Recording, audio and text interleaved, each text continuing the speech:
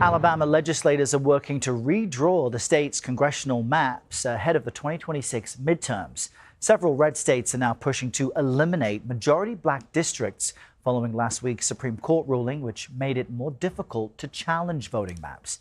CBS News senior White House and political correspondent Ed O'Keefe joins us now from Montgomery in Alabama. Ed, good morning to you. Tell us more about the redistricting push happening there and who it impacts. Yeah, Errol, remember, this is a fight that started in Texas, went on to California, Virginia, North Carolina, other places. Those fights were mostly about partisan power grabs by the party in power. Down here, it's that plus the decades-long fight over who ultimately gets to represent mostly black communities in Congress.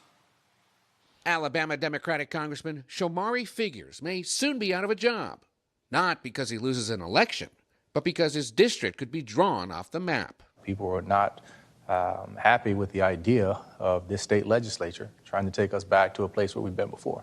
Figures represents most of Montgomery, Alabama, the birthplace of the modern civil rights movement.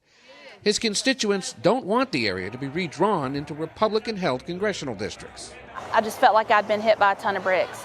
So many people gave their actual lives in order to exercise their fundamental right to vote. Alabama Republicans, like Attorney General Steve Marshall, want the Supreme Court to reverse previous federal court rulings requiring his state to create two districts with mostly black voters. Is this a Republican power grab? No, I think what it is a legislature in Alabama being able to exercise their authority.